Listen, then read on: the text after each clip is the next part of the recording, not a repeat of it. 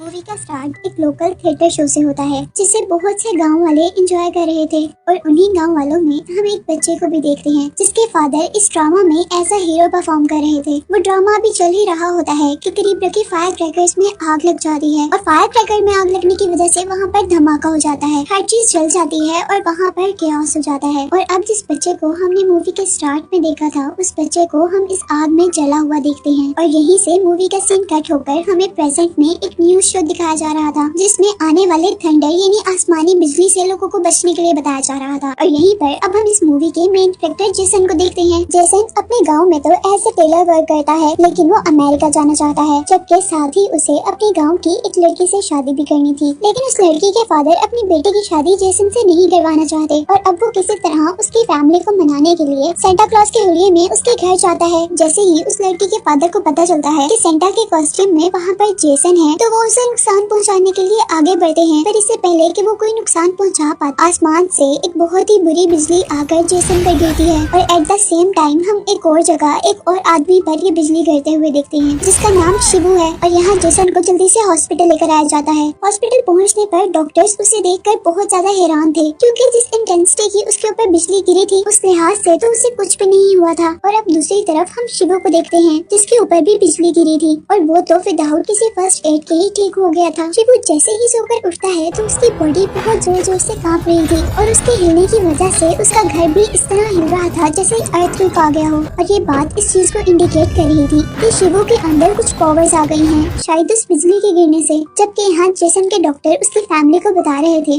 कि उसे बिजली ने कोई भी नुकसान नहीं पहुँचाया। और यहाँ जैसे ही जेसन अब अपने स्ट्रेचर से उठता है तो उसका स्ट्रेचर भी बेंड हो गया था। घर आने पर हम देखते हैं कि जेसन अब अपनी सिस्टर के सपोर्ट पर अमेरिका जाने की तैयारी कर रहा था और इस काम के लिए वो अपनी फ्रेंड ब्रूस ली से मिलता है जो कि जेसन की नेफ्यू की टीचर भी थी। इसी के साथ साथ हम देखते हैं कि जेसन जैसे बीमार हो रहा था, उसे बहुत ज्यादा कफ थी और उसके कफ में से एक सिल्वर कलर का म्यूकस निकल रहा था। जेसन अब रात में घबराकर उठ जाता है और जैसे ही वो विंडो ओपन करने लगता है तो उसकी पावर्स की वजह से विंडो ओपन होने की जगह वहाँ से पूरा का पूरा डोर ही टूटकर बाहर की साइड पर गिर जाता है। अब हम देखते हैं कि जब जेसन अपने नेफ्यू के साथ बैठा हुआ था तो उसे बहुत दूर से पानी के गिरने की आवाज आ रही थी और वो अपने नेफ्यू से कहता है कि शायद टैप ओपन है। और जैसे ही वो टैप बंद करने के लिए बाथरूम में जाता है तो बाथरूम का दरवाजा खोलते हुए बाथरूम का दरवाजा भी टूट जाता है और टैप यानी नल को बंद करते हुए वो भी टूट जाती है। इसके बाद हमें शिबू को दिखाया जाता है और हम देखते हैं कि जेसन की तरह शिबू के मुंह से भी वो सिल्वर म्यूकस निकल रहा था। नेक्स्ट डे हम देखते हैं कि जेसन को बहुत ज्यादा भूख लगने पर वो अपने घर का सारा खाना खा लेता है क्योंकि अब उसने सबका खाना खा लिया था, इसलिए उसके ब्रदर इन लॉ के लिए कोई खाना नहीं बचा था, जिस वजह से उनके घर पर लड़ाई होती है। और जेसन जैसे ही एक हाथ से अपने ब्रदर इन लॉ को हिट करता है तो वो इतनी दूर जाकर गिरते हैं कि वहाँ दीवार में भी होल हो जाता है। अब जेसन का नेफ्यू ये रियलाइज करता है कि जेसन के अंदर सुपर पावर्स आ गई हैं। वो जेसन को सुपर हीरोज के बारे में भी बताता है और सुपर पावर्स के बारे में भी, और वो लोग मिलकर ये डिसाइड करते हैं कि पहले वो चेक करेंगे कि जेसन के पास कौन कौन सी सुपर पावर्स आई हैं। और दूसरी तरफ शिबू ने भी अपनी सुपर पावर्स को डिस्कवर कर लिया था और उसके पास माइंड से चीजें कंट्रोल करने की पावर आई थी। जेसन के पास काफी सारी पावर्स आई थी जिसमें वो बहुत दूर की आवाजें सुन सकता था, उसे फाइटिंग पावर्स मिली थी लेकिन माइंड से चीजें कंट्रोल करने वाली पावर्स नहीं मिली थी। और अब जेसन अपनी पावर्स का यूज करते हुए अपनी सिस्टर और अपने नेफ्यू के लिए कुछ गिफ्ट्स इकट्ठे करता है। यहाँ जेसन की फ्रेंड ब्रूस ली उसे बताती है कि उसका अमेरिका जाने का वीजा रिजेक्ट कर दिया गया है। और अब यहाँ पर हम शिबू को देखते हैं और उसके पास्ट के बारे में हमें पता चलता है कि उसके पास्ट में एक फ्रेंड थी जिससे वो शादी करना चाहता था पर किसी वजह से उनकी शादी नहीं हो पाई थी। और अब सुपर पावर्स आने के बाद शिबू अपनी फ्रेंड से मिलता है जहाँ उसे पता चलता है कि उसकी फ्रेंड की डिवोर्स हो गई है लेकिन उस लड़की के भाई उस लड़की की किसी और से शादी करवाना चाहते हैं।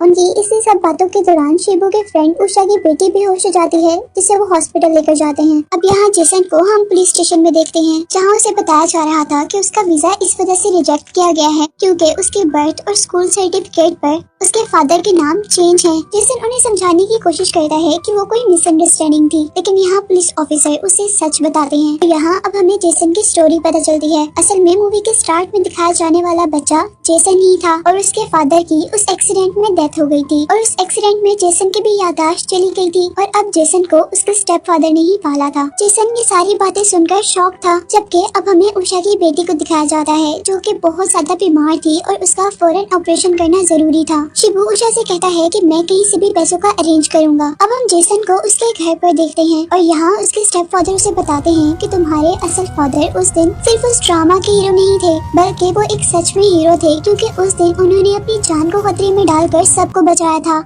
और खुद वो मर गए थे। यहाँ वो जेसन को एक बॉक्स भी देकर जाते हैं जिसमें उसके फादर की कुछ चीजें थी। जेसन को अपने फादर के उस सूटकेस में से अपना नाम मिन्नल मुरली पता चलता है और तभी वो देखता है कि उसके स्टेप फादर को चोट लगी है और इन्वेस्टिगेट करने पर पता चलता है कि जेसन के स्टेप फादर को उस पुलिस ऑफिसर ने मारा है जिसकी बेटी के साथ जेसन शादी करना चाहता था। और जेसन अब उस पुलिस ऑफिसर से बदला लेने के लिए उस शो में जाता है जिस शो की सिक्योरिटी उनकी जिम्मे थी। वहाँ वो एक बर्ड के कॉस्ट्यूम में उस पुलिस ऑफिसर को बहुत ज्यादा मारता है और जाते हुए स्टेज पर अपना नाम मिन्नल मुरली लिखकर जाता है, जो कि जूट का मास्क पहनकर बैंक रॉबरी करता है अपनी फ्रेंड उषा को पैसे देने के लिए। लेकिन हॉस्पिटल जाने पर उसे पता चलता है कि वहाँ पर बिल पहले ही पे हो चुका है। अब गांव में उस रात 2 क्राइम हुए थे। दोनों क्राइम जिन्होंने किए थे उनके मुंह पर मास्क थे और सबको लगता है कि ये दोनों क्राइम करने वाला एक ही पावरफुल इंसान है जिसका नाम मिन्नल मुरली है। हालांकि दूसरा क्राइम तो शिबू ने किया था, लेकिन इसके बारे में कोई भी नहीं जानता। यहाँ अब हम देखते हैं कि जेसन के ब्रदर इन लॉ जो कि एक पुलिस ऑफिसर हैं, उनको पता चल गया था कि मिन्नल मुरली उनका अपना भाई है, क्योंकि उसके अंदर पहले भी बहुत सारी पावर्स वो देख चुके थे और अब वो जेसन के घर पर उसका मास्क भी देख लेते हैं। अब वो उसे पकड़वाने के लिए उसके कुछ कपड़े लेकर वहाँ से भाग रहे थे। जेसन जल्दी से उनकी गाड़ी का पीछा करता है जहाँ पर वो बहुत तेजी से भाग रहा था, यानी उसके पास तेज भागने की भी सुपर पावर्स थी। वो उनकी वैन को रोककर वहाँ से अपने कपड़े निकाल लेता है और सबसे बचने के लिए अब वो एक बस में चला गया था। ये बस असल में उसके फ्रेंड की शादी की बस थी। अब यहाँ पर जेसन के ब्रदर इन लॉ को शक है कि बैंक रॉबरी भी जेसन ने ही की है, जबकि उनकी टेलर शॉप से पैसे भी जेसन ने ही चोरी किए हैं, जो पैसे जेसन ने अमेरिका जाने के लिए रखे थे। लेकिन असल में वो पैसे उषा के भाई ने चोरी किए थे, क्योंकि उसे अपनी बहन की बेटी का इलाज करवाना था। जबकि बैंक रॉबरी तो शिबू ने की थी, लेकिन क्योंकि सबको यही लगता है कि ज्यादा पावरफुल जेसन है और शिबू को कोई नहीं जानता, इसीलिए सारा इल्जाम जेसन पर है। इधर क्योंकि जेसन के अमेरिका जाने वाले पैसे चोरी हो चुके थे और उसे ये भी पता था कि ये पैसे किसने चोरी किए हैं, तो वो अपने वर्कर के साथ लड़ाई कर लेता है, क्योंकि उसे उन पैसों की बहुत ज्यादा जरूरत थी। लेकिन उसके स्टेपफादर उसे समझाते हैं कि तुम्हें ऐसा नहीं करना चाहिए था, क्योंकि वो उनका पुराना वर्कर था। और वो जेसन से कहते हैं कि तुम्हें उससे जाकर सॉरी करनी चाहिए। जबकि जेसन की टेलर शॉप पर हम उषा के भाई को देखते हैं, जिससे जेसन ने सॉरी कहने के लिए आना था, लेकिन उससे पहले यहाँ पर शिबू आ जाता है और यहाँ पे शिबू उससे कहता है कि तुम ये पैसे रख लो और ये पैसे तुम जेसन को दे देना और इन पैसों के बदले तुम अपनी बहन की शादी मुझसे करवा दो। लेकिन उषा का भाई उस बात पर इनकार कर देता है, जिसकी वजह से शिबू अपनी पावर्स का यूज करते हुए अपनी सीजर से उसे मार देता है और बाहर आकर वो शॉप भी जला देता है। जहाँ सबको लग रहा था कि ये शॉप जेसन ने जलाई है, क्योंकि जेसन ही इस शॉप पर आने वाला था और वो ही उषा के भाई से माफी भी मांगने वाला था। जेसन के ब्रदर इन लॉ को इस वजह से भी उस पर शक होता है, क्योंकि उस शॉप के बाहर मिन्नल मुरली लिखा हुआ था। सब लोग जेसन को गलत समझ रहे थे, लेकिन यहाँ पर एक आदमी ने शिबू को ये सब करते हुए देखा था और उसने शिबू को पावर्स भी यूज करते हुए देखा था, इसलिए वो डर कर वो गाँव छोड़कर जा रहा था और साथ ही वो अपने साथ सारे गाँव वालों को भी इस गाँव से निकलने को कहता है। वो उनको कहता है कि यहाँ पर बहुत बड़ी मुसीबत आने वाली है और तुम लोग अपनी जान की परवाह करो।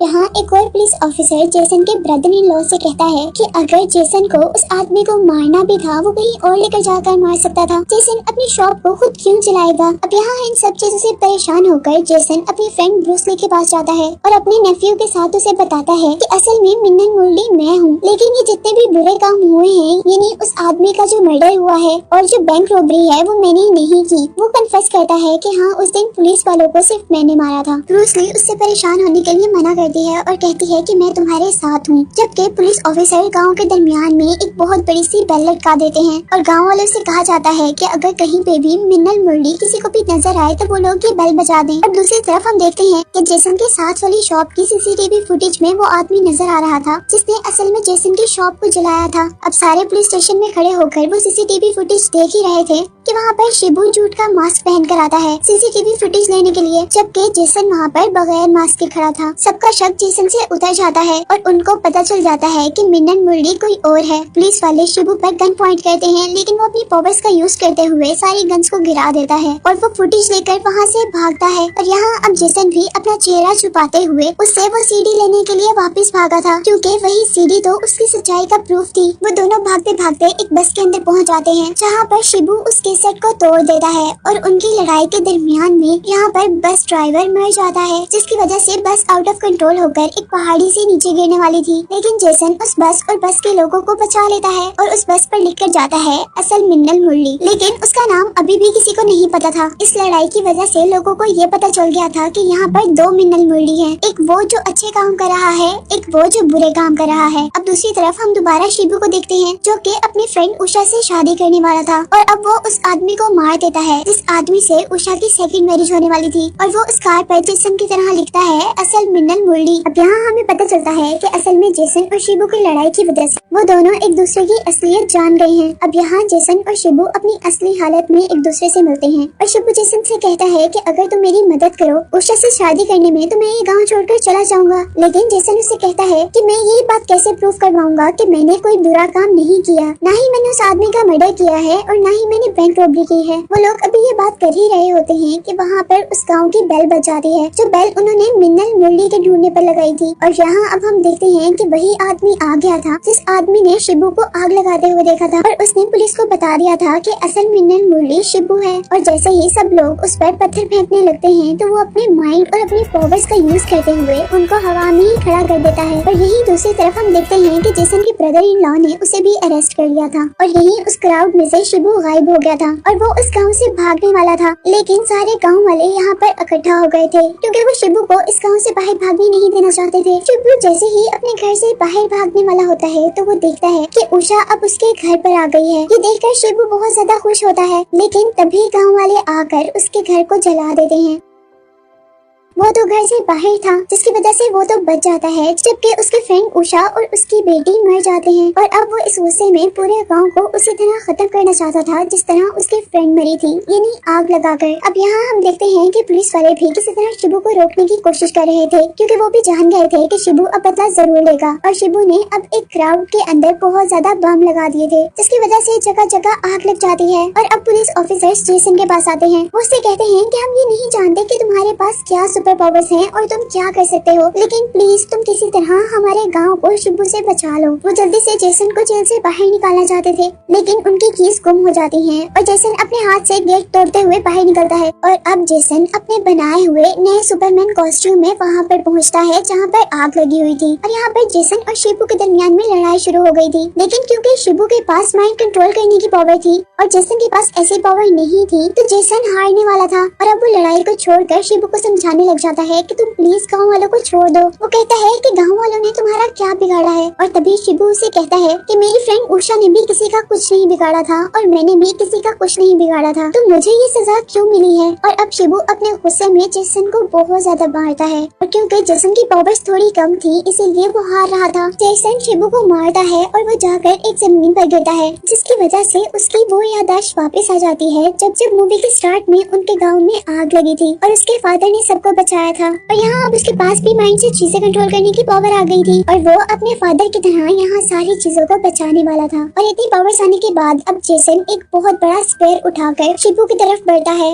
और उसके अंदर स्टैब करके उसे मार देता है। और अब यहाँ गाँव वालों को भी पता चल गया था कि असल मिन्नल मुरली जेसन ही है। और ये मूवी इस नरेशन के साथ एंड होती है कि मैं अब कभी भी अमेरिका नहीं जाऊंगा बल्कि अपने गाँव में रहकर उसकी प्रोटेक्शन करूंगा, क्योंकि मुझे ये सुपर पावर्स इसीलिए दी गई है कि मैं सबकी प्रोटेक्शन करूं। और अभी यहाँ पर और भी मुसीबतें आनी हैं और जब तक मुसीबतें आती रहेंगी मैं उनका सामना करता रहूंगा, जिसके साथ ही मूवी यहीं पर एंड हो जाएगी।